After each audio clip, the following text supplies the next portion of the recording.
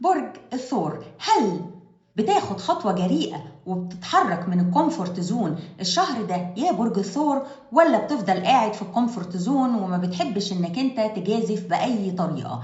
الشهر ده بتتعرض عليك فرصة حلوة جدا وبتحتاج لقرار مهم، يا إما تاخد مجازفة قرار مجازف، يا إما تفضل قاعد مكانك. القرار يرجع لك يا برج الثور.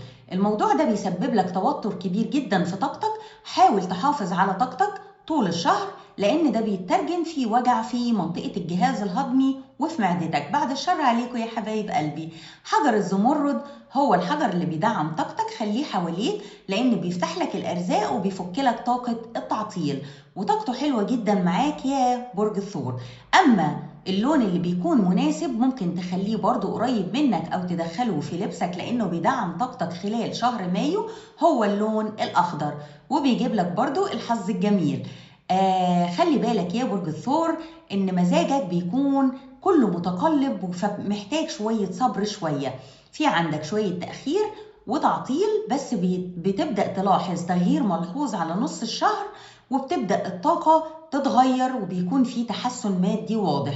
أكبر حاجة بتحصل لك يوم 22 مايو، انتظر خبر مفرح إن شاء الله. أما على الصعيد العاطفي في يوم 11 مايو بيكون في مواجهة عاطفية، خلي بالك منها. بحذرك من يوم 15 مايو، بلاش عناد يا برج الثور.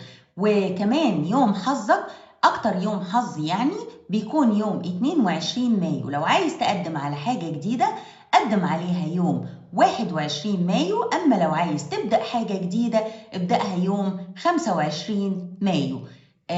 أكتر حاجة حلوة بتكون مبلغ أو هدية حلوة بتجيلك ما بين يوم 22 أو يوم 23 مايو.